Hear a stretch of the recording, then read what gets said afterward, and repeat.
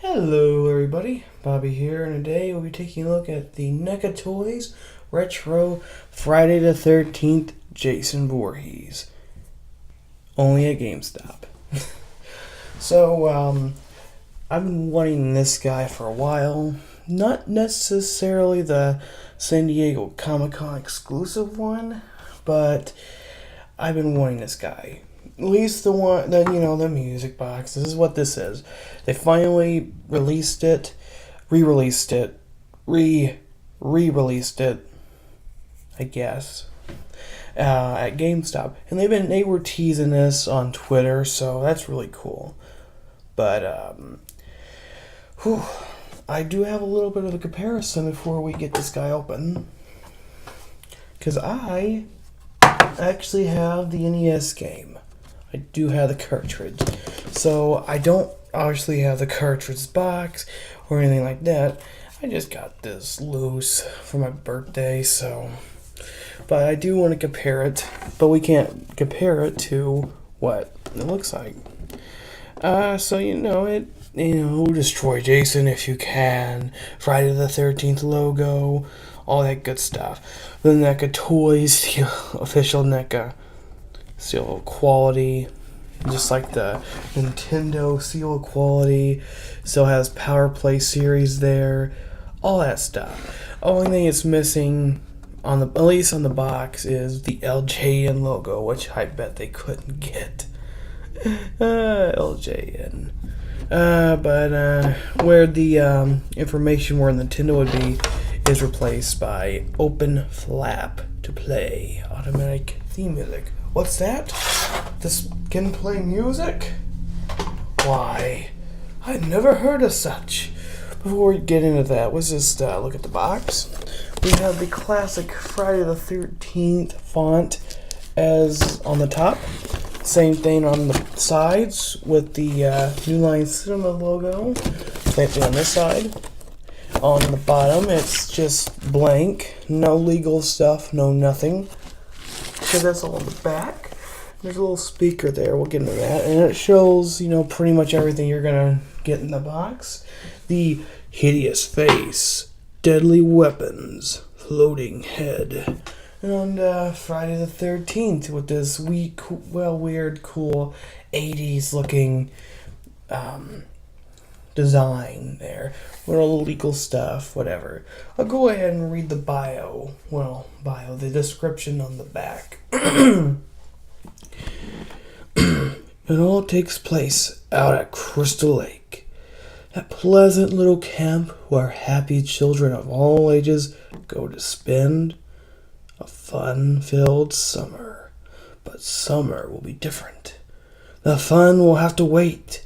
Jason has decided to come to camp, and terror is the only game they'll be playing.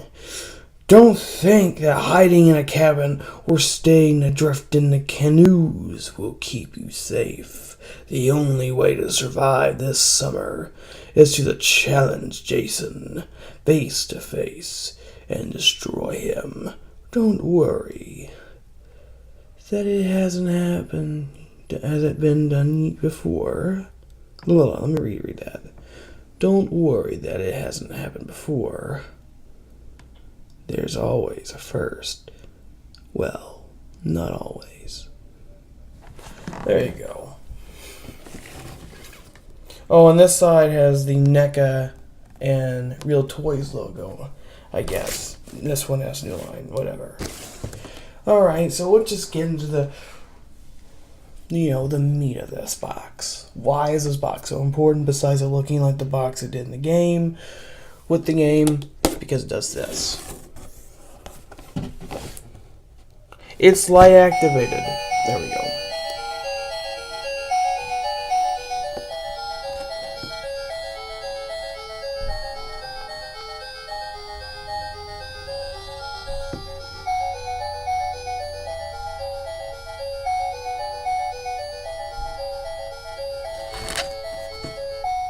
Okay. Take that off. Okay. So, yeah, it plays music. It's light activated right there as a sensor. So, if you want to just mess with the music, there might be something you can do to mess with that. If you just wanted to keep the music in there. So, all right. Well, let's just get into all this good stuff. So, okay. It's enough of that. There we go. Just cover that. So it even has the little kind of this is what the game looked like back then. I played it, not on the cartridge. Well, no, I tried the cartridge out. It didn't work that well. The NES is, well, a very old console, so... It is a very old console, so if you don't have a good working one, it's going to be a little weird looking. But this is what the graphics looked like for the game. Even comes with in the game over text. You and your friends are dead. Game over. Pretty serious for a game back then, don't you think? At least my opinion. But I'm just surprised they made a Friday the 13th game back then. Well, they made a Nightmare on Elm Street game. They made an Atari, Halloween, and Texas Chainsaw game. So, can't really be surprised all that much. But, yeah. And I pretty much played all of them. I played the Nightmare one at least. I can't remember if I played the Halloween and Texas Chainsaw games on emulators or not. I don't think I have. I tried, but I could never get them to work. But I did play those two, the NES ones, and I would say they're pretty much, they're fun, I guess. But it does have a notorious history of not being well received, I would say. But I think with Neca Toys doing this guy at Comic-Con, for some odd reason, Retro Jason has just gotten really popular, and especially with the Friday the 13th the game getting a Part 3 skin, which is technically what this is. Yeah, but we have like the children alarm there. You have 13 children left. Instead of, one of the counselors' names is Neca, and there's your life bar. There's your counselor's character. And there is your weapon. I believe that's the torch. And there's Jason's health bar. What this scene, at least from what I'm thinking, is taken from is, excluding this and these, it's the punch-out boss fight that you have with Jason in the cabins. But you'll also encounter Jason on the roads. This is mainly the cabin fights. And you'll have a machete or an axe with him. You'll also be able to fight Pamela. Yeah. Alright. So before we open this, let's go ahead and compare the boxes. Go ahead and compare the boxes to the Nightmare on Elm Street one. I had something on top of there.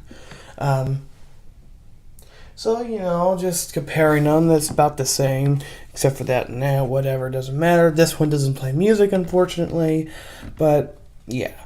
We'll talk about this guy in the next review, but let's just open this guy up, and, yeah. Alright, getting this guy out of the box, he comes with 3 accessories, 4 if you count the mask. And, let's go ahead and take a look at, the floating Pamela head. So, in the game, this is a boss fight you would encounter. I don't think it's necessary. If it is, it may or may not be. I think it is. You have to find a key. It's been a while. I've never done this. I only know this by videos. So, like I said, I don't really remember it all that much. But I believe you have to find a key, have a special item to go into the cave to see. There's a special rock you'll have to go to, or if you had a special item, you'll see the door. And you go, open the door with the key, and there's Pamela. She'll come out and start floating around, ready to kill you or whatever. It's creative, I guess, but once you defeat her, I think you get her sweater or an axe or machete or something. I think you get her sweater though, and does something. I don't remember. Like I said, it's been a while, but it's weird. This can come off the stand, by the way, if you really want to. It's just a little peg hole, so if you have something that you want to peg this into, I guess you could. It is flat, so it is a little top heavy, so it's not going to stand by itself, but I believe this is the same head that came with the Cult Classics 2-pack with the Part 2 Jason and the Part 1 Pamela. It came with the shrine and with Pamela's severed head, and I believe that was this one right here.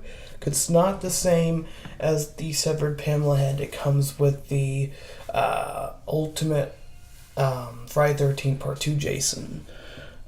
So, you know. But it is really neat. It's got a lot of gruesome sculpted details. But the color is really interesting with purple, with some black and purple and blue in there. It's really a good sculpt. And it's very vibrant too. Very weird. But it goes with the game because it is what it looked like. So I do now when it gets to accessories, I'll be comparing it to this guy's counterpart, the Part 3 Jason, which I'm going to have to replace because he's missing a few accessories over time. This is before I was a lot more careful with my stuff. This is when this guy came out, is when I got him, and his legs have not really, his legs are not really that great at the moment. But here is the Retro Jason's machete. It's got a light brown handle with a white blade. Looks like it, would pop in just like the game did, the colors. It is the same as the Part 3 machete. Same sculpt, just different color. I just thought I'd compare that. Same thing with the axe. This one's got some blood on it. Obviously this one doesn't. But they're the same sculpt.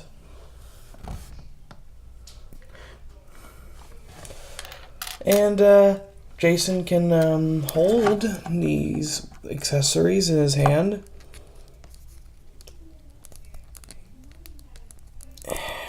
There we go.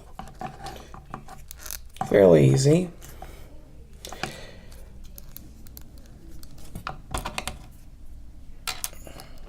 I will say that whatever material that they use for the weapons, it's a lot more flexible, at least in the machete, than it is with this one. This one's a little flexible, but since I guess this one's a little older, it's a little bit more brittle. This one I can feel is a lot more of a softer plastic. We'll just go ahead and pop that out and show him with his axe.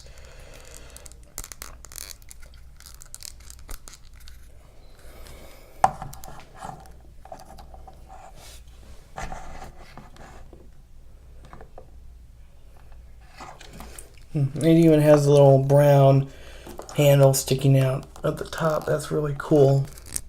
Really great attention to detail they did. Alright. Let's go ahead and pull the mask off and take a look at the mask on its own. Really, really great sculpt there. It's just the Part 3 mask. It's just the same thing as the Part 3 mask. Just sculpt or molded in a blue plastic. So that's good, I guess. And then let's just go in to see what his head looks like.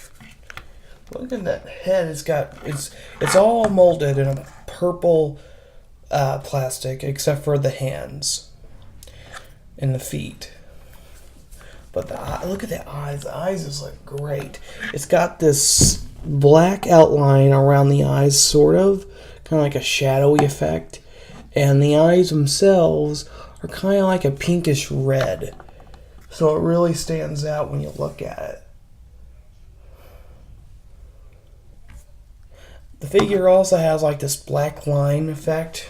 You can see it down on his shirt and right here on his legs.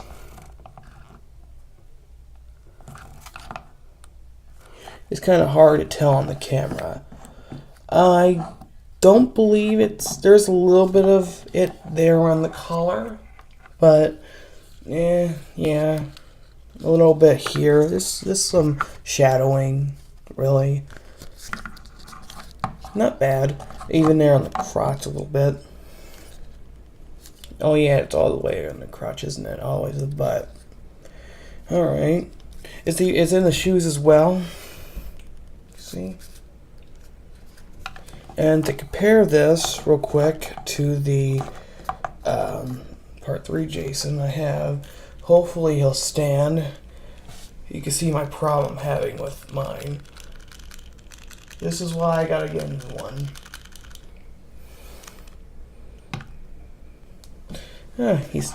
He'll stand. Alright, well, lucky me. So, comparing the three figures, they're the same. They are completely the same figure, just this one's molded in a light blue, purple, light blue plastic. Same figures.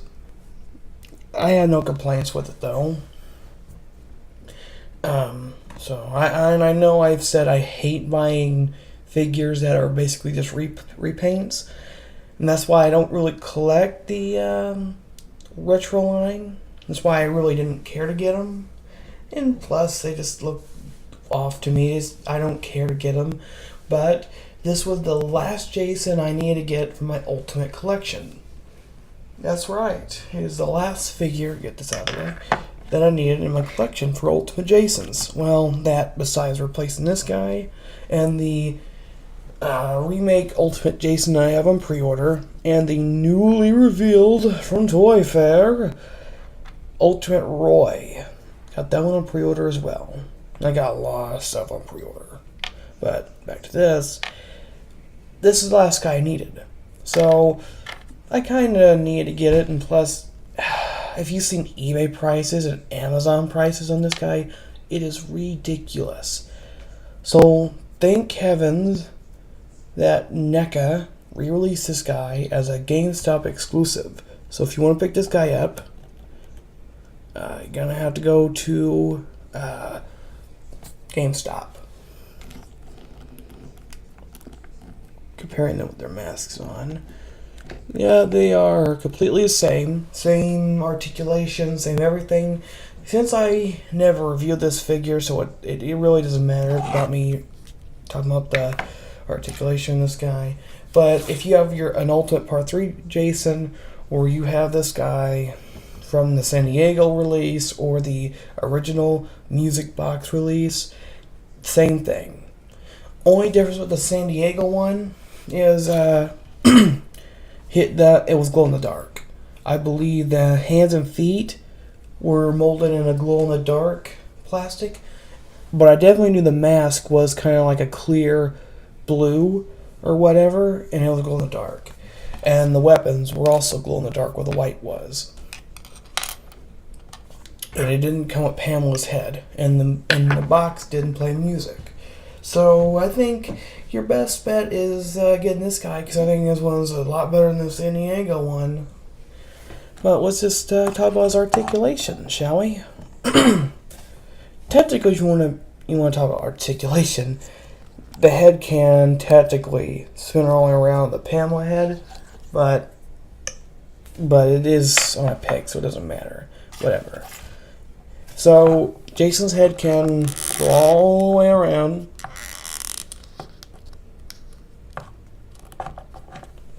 And go up that far, and go down that far,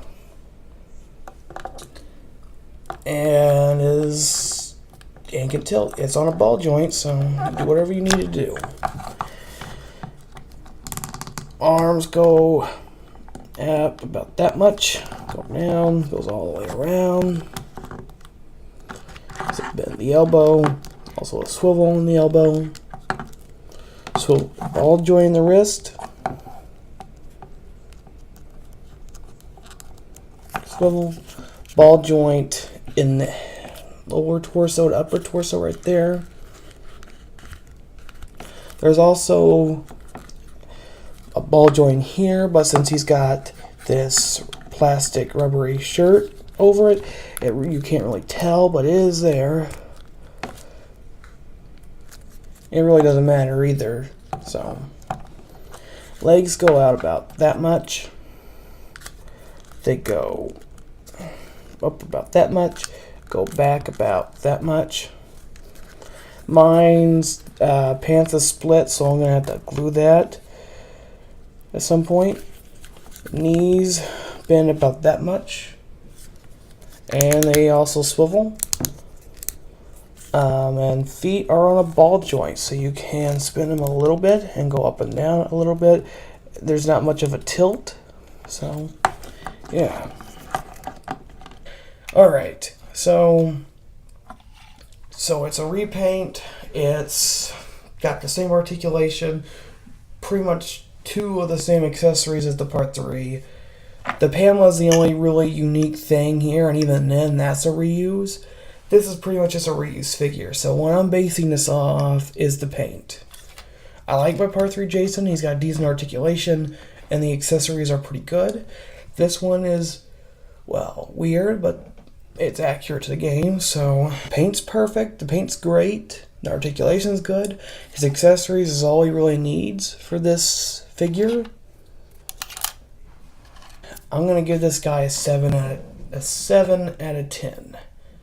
Well, there was another figure I wanted to show off. Here he is with the Part 5 Dream Sequence Jason. I completely forgot to take this guy out. That's how it looks like with a more recent Jason, which is basically just a Part 4 Jason. Repaint again. Hey everybody, Bobby here. I just want to thank you guys for watching, like and subscribe, and I'll see you all in the next video. Bobby, out.